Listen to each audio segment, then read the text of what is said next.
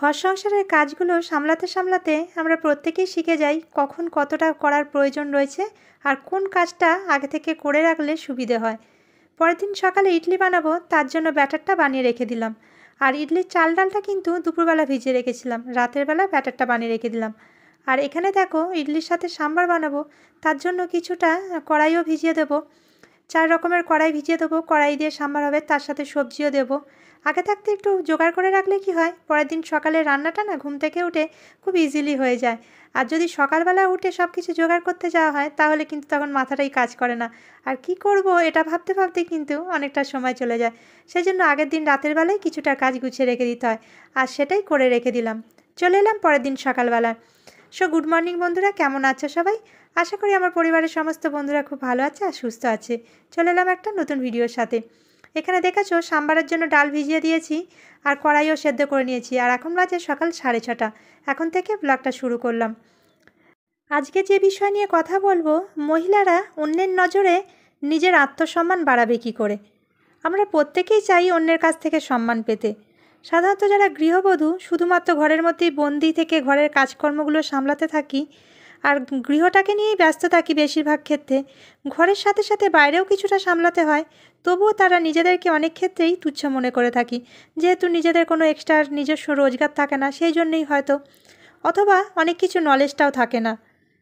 সেক্ষেত্রে কি হয়, কোনো কথার মাঝখানে কথা বলতে গেলে বা নিজের মতামত জানালে তখন পরিবার বা বন্ধুবান্ধব এমন নজরে দেখে যেন তুমি তো বোধহয় কিছুই জানো না, অথবা অনেক ক্ষেত্রে তারা হয়তো মুখের ওপর এটাও বলে দেয় যে তুমি তো ঘরেই থাকো, তুমি ওসব বাইরের জগতের ব্যাপারে বুঝবে না, বা তোমার কোনো অভিজ্ঞতাই নেই বাইরে কী ঘটে থাকে। সেক্ষেত্রে আমাদের অনেকটা কিন্তু আত্মসম্মানে লাগে, আর সেই মুহূর্তে হয়তো উত্তর দেওয়ার মতন কোনো কথাও মুখেতে আসে না। তাই বলে কি তুমি সবসময় চুপ থাকবে? সেরকম নয়, জায়গা বুঝে কথা বলো। জায়গা বুঝে কথা বলাটা যেমন দরকার, তেমন কি করলে তুমি তোমার আত্মসম্মানটা বাড়াবে সেই বিষয়ে 4টে পয়েন্ট আজকে তোমাদের সঙ্গে শেয়ার করব। এখানে দেখো ইডলির ব্যাটারটা না আমি একটা টাওয়াল ঢাকা দিয়ে রেখে দিয়েছিলাম, যেহেতু ঠান্ডা রয়েছে রাতের দিকে, ব্যাঙ্গালোরে তো জানো রাতের দিকে ঠান্ডা থাকে, সকালেও ঠান্ডা থাকে, সেই জন্য না একটু ভালো করে চাপা দিয়ে না রাখলে ব্যাটারটা ভালো করে ফোলে না। আর ইডলি ধোসার ব্যাটার ভালো না ফুললে তো ভালো করে আর কি টেস্টও হয় না, সেই জন্যই আর কি। যাই হোক, সাম্বারটা তো বসিয়ে দিয়েছি, আর এখানে দেখো ইডলিটাও বসিয়ে দেবো। এখন প্রথম পয়েন্টে চলে যাই। না জেনে কোনো কিছু মন্তব্য করবে না। যে বিষয় তোমার ঠিক মতন জানা নেই সেই বিষয়ের মাঝখানে নাক গলানোর প্রয়োজনও নেই। যে বিষয়টা তোমার জানা রয়েছে সেইগুলি যখন আলোচনার বিষয়, তখন কিন্তু তুমি তোমার মতামত রাখতে পারো। তবে যেটা জানা না নেই আর কি, সেই কথাগুলো কিন্তু শুধুমাত্র আন্দাজে ঢিল মারার মতন না বলাটাই ভালো। যে বিষয়ে তোমার জানকারি রয়েছে, তুমি ভালো করে বুঝিয়ে মানুষকে বলতে পারবে, সেক্ষেত্রে তুমি সেখানে কথা বলো। এখানে দেখো ইডলিটা আমি বসে দেবো, ইডলি পাত্রে একটু করে তেল লাগিয়ে নিয়েছি, তাহলে না ইডলিটা ভালো হয়। আর এই ইডলি বানানো, এটার একটা স্টোরি রয়েছে। আমি কিন্তু প্রথম ইডলি বানাতে পারতাম না, অনেক বছর ধরে বানিয়ে চেষ্টা করে খুব সুন্দর এখন ইডলি বানানো হয়। প্রথম দিকে যখন শুরু করেছিলাম তখন কিন্তু ভালো হতো না, কোনো না কোনো কারণে শক্ত হয়ে যেত, না হলে হয়তো ভালো হতো না টেস্টে।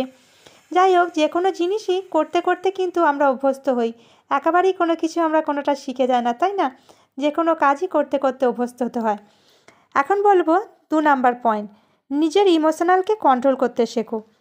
অনেক সময় কেউ কিছু বললে আমাদের সেই কথাগুলো ভালো না লাগলে কি হয়, আমরা হঠাৎ করে রেগে যাই অথবা কাঁদতে শুরু করে দিই। এতে কিন্তু তোমার দুর্বলতা প্রকাশ পায়, আর তুমি নিজের ওপর যে কনফিডেন্স নেই সেটা কিন্তু প্রমাণ করে ফেলো।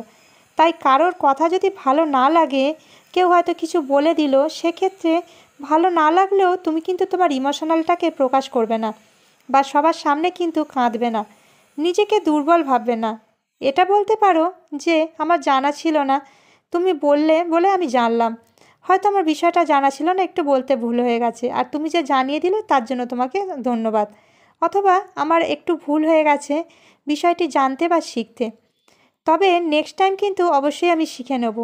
আর হাসি মুখে সেটা যদি গ্রহণ করতে শেখো, আর কোনো কিছু ভুল হলে সেটা যদি স্বীকার করতে শেখো, ভয় কিসের? ভুল তো মানুষ করেই থাকে, তবে ভুলটাকে স্বীকার করে নেওয়াটাও দরকার, সেটাই কিন্তু বুদ্ধিমান মানুষের কাজ। আর ভুল তো মানুষ মাত্রই করে, তবে নিজের অন্তর থেকে কিন্তু ভুলটা স্বীকার করার মতন ক্ষমতা থাকাটা দরকার। শুধুমাত্র লোকের সামনে ভালো সাজার জন্য তুমি সরি বললে, এটা নয়। আর এটাই ছিল আমার 3 নম্বর পয়েন্ট। একদম এক কড়া সাম্বার করতে দিয়েছি, আর তার সাথে এখানে ইডলিটা ঠান্ডা করতে দিয়ে দিয়েছি। কিন্তু কথা বলার উপায় নেই, বাইরে প্রচুর পরিমাণে সাউন্ড শুরু হয়ে গেছে। বিয়ান ভাঙছে মনে হয় একটু। আর তার সাথে আবার হবে বোরেল হবে। বোরেল হওয়া মানে তো একদম চললো দুদিন, এখন প্রচুর পরিমাণে আওয়াজ হবে। জানলা দরজা খোলা যাবে না, জানলা দরজা খুলেও থাকা তো যাবে না, জানলা দরজা বন্ধ করেও থাকা যাবে না, এত পরিমাণে আওয়াজ হবে। সকালবেলাটা খালি একটুখানি জানলাটা খুলে দিয়েছি, কিন্তু বেলার দিকে যখন বোরেলটা শুরু হয়ে যাবে, খুঁড়তে শুরু করে দেবে, তখন আর জানলা দরজা খোলার উপায় থাকবে না। কালকে রাত্রিবেলায় সব রেডি হয়ে গেছে, একদম মানে আমাদের ঘরের পাশের বাড়িটাতেই হচ্ছে আর কি, প্রচুর পরিমাণে শব্দ হবে। ইডলিগুলো কিন্তু খুব সুন্দর হয়েছে, 15 মিনিট মতন স্টিম দিয়ে নিয়েছি, আর খুব সুন্দর সফট স্পঞ্জি একদম ইডলি হয়েছে, দোকানের মতন। অনেক সময় অনেক কিছু করতে করতে শিখতে হয়, যেমনটা বললাম সব কিছুটা একেবারে হয়ে যায় না। আর আমি যেমন 3 নম্বর পয়েন্টটা তোমাদের বললাম, যে যদি কোনো কিছু ভুল করে থাকি আমরা, তাহলে সেটাকে স্বীকার করতে শেখাটাও কিন্তু খুব প্রয়োজন। আর ভুল করলে সেটাকে স্বীকার করলে কিন্তু তাতে তোমার আত্মসম্মান কমে যায় না, বরং কিন্তু বেড়ে যায়। ইডলি রেডি হয়ে গেছে, আর তার সাথে সাম্বারও রেডি। আর এখানেতে বানিয়েছিলাম নারকেলের চাটনি। পরে টিফিন বক্সটা রেডি করে দিলাম, পরীকে স্কুলে দিয়ে আসবো তাড়াতাড়ি করে। এই টাইমটা একটু তাড়াহুড়ো করতে হয় স্কুলে দিয়ে আসার সময়টা আর কি। স্কুলে দিয়ে চলে এসে তারপরে একটু ঘরবাড়িগুলো পরিষ্কার করে নিচ্ছি। আর যেমনটা বললাম, বাইরে যেহেতু বোরেল হচ্ছে, প্রচণ্ড শব্দ হচ্ছে বলে না, বেশি কিছু আর মানে ভালোও লাগছিল না এত পরিমাণে শব্দের মধ্যে। কোনো রকম রান্নাঘরে এসে একটু ডিমের ঝোল আর ভাত করেছিলাম দুপুরের জন্য। আর এতক্ষণ পর্যন্ত যে সমস্ত বন্ধুরা আমার ভিডিওটা দেখলে, তাদের কাছে একটা ছোট্ট অনুরোধ রইল, আমার ভিডিওটা যদি ভালো লেগে থাকে অবশ্যই কিন্তু একটা লাইক করতে ভুলো না, আর তোমাদের মতামতও কিন্তু জানাতে ভুলো না। আর যদি কেউ নতুন বন্ধু হয়ে থাকো আমার চ্যানেলটাতে প্রথমবার, তাহলে বলবো আমার অন্যান্য ভিডিওগুলোও দেখতে পারো, আশা করছি ভালো লাগবে। আর যদি ভালো লেগে থাকে তাহলে কিন্তু চ্যানেলটা সাবস্ক্রাইব করে নিও। এখন স্নান সেরে নিয়ে গাছগুলো না রোদে দিতে এসেছিলাম, তারপরে মনে পড়লো যে মাটিগুলো না অনেকদিন একটু সাইড থেকে হালকা করে দেওয়া হয়নি, সেই জন্য মাটিগুলোকে একটু সাইড থেকে আর কি খুঁড়ে খুঁড়ে দিচ্ছিলাম, যাতে মাটিটা একটু হালকা হয়ে যায়। রোদ্দুরটা সেভাবে পায় না বলে না গাছগুলো খুব একটা ভালো গ্রোও করতে পারছে না। যাই হোক, এখন আমি চলে যাব আমার 4 নম্বর পয়েন্টে, নিজের আত্মসম্মান বাড়ানোর পয়েন্ট। নিজের আত্মসম্মান তো প্রত্যেকেই বাড়াতে চায়, প্রত্যেকেই চায় আমরা অন্যের কাছে সম্মান পেতে। তাই 4 নম্বর পয়েন্ট যেটা বলবো সেটা হলো, নিজের সম্মান বাড়াতে হলে কথা দিয়ে কথা রাখো। যদি কাউকে কোনো কথা দিয়ে থাকো তাহলে অবশ্যই কিন্তু পূরণ করো। সেটা হতে পারে তোমার পরিবারের মানুষজন, তোমার বন্ধুবান্ধব, অথবা তোমার প্রতিবেশী। কথা দিয়ে কথা রাখতে না পারলে কিন্তু নিজের সম্মান থাকে না। যদিও অনেকেই আছে যারা কথা দিয়ে কথা রাখে না, তবে ভেবে দেখো সেই রকম মানুষকে কিন্তু দ্বিতীয়বার আর কেউ বিশ্বাস করে না, কি তাই না? অনেকেই এরকম আছে যারা কথা দিয়ে কথা রাখে না, ভুলভাল কথা বলে, মিথ্যে কথা বলে। সেই ধরনের মানুষকে কি আমরা পছন্দ করি? কখনোই নয়। সামনাসামনি অনেক সময় কিছু বলার না থাকলেও, বা কিছু বলার উপায় থাকে না অনেক সময় নিজের লোকের মধ্যে হলে, সেক্ষেত্রে কিন্তু আড়ালে কিন্তু সবাই মন্তব্য করে থাকে, আসলেই সেই মানুষের সম্মান থাকে না। তাই নিজের আত্মসম্মান বজায় রাখতে হলে কিন্তু কাউকে কথা দিয়ে কথা রাখাটা কিন্তু অবশ্যই প্রয়োজন। যা তুমি পারবে আর যেই দায়িত্বটা কমপ্লিট করতে পারবে সেই রকম কাজের দায়িত্ব তুমি নাও। যে কাজটা তুমি পারবে না সেরকম কাজের দায়িত্ব নিও না। আর নিজের আত্মসম্মান বজায় রাখতে হলে কিন্তু এই ছোটো ছোটো কথাগুলো মনে রেখো সর্বদা। আর এই ছোটো ছোটো পয়েন্টগুলো মনে রাখতে পারলেই কিন্তু তুমি তোমার আত্মসম্মানটা বাড়াতে পারবে। এখন দেখো ফিরে এসেছি একদম সন্ধ্যের সময়। সন্ধ্যের সময় একটু পকোড়া বানিয়ে নিচ্ছিলাম। বাইরের ওয়েদারটা একটু বৃষ্টির হালকা হচ্ছে, তার সাথে ঠান্ডা ঠান্ডা ওয়েদার। চায়ের সাথে মনটা হলো একটু পকোড়া করা যাক। আর পকোড়া দেখে পরিও আজকে বললো যে তাহলে আমাকেও একটু চা বানিয়ে দাও। সেই জন্য পরির আর আমার দুজনের জন্য চা পকোড়া করে নিয়েছি। আর পরির ড্যাডি বেরিয়েছে কাজে, তিনি এখনও ফেরেননি, সেই জন্য আমাদের মতন অল্প করে নিয়েছি। ঠিক আছে, ঠিক আছে। আমার বিস্কিট আমার হাতটা উড়িয়ে দিলি। আরে চা দিচ্ছেন। আর ওখানে একটু ড্যাডি বলছে জলের কষ্ট এখনই রয়েছে। কাবেরী বাটিটা কোথেকে আসছে দেখ, কাবেরী নদী কোথায়, কত দূর। কাবেরী নদী নয়, পাইপ লাগালে টবে তো আসবে। সেই লাস্ট পশুপুরাতে ওখানে এন্ড করেছিল। পশুপুরাতে আসে জল, তো মনে হয় না গটিগড়িতে আসে বলে।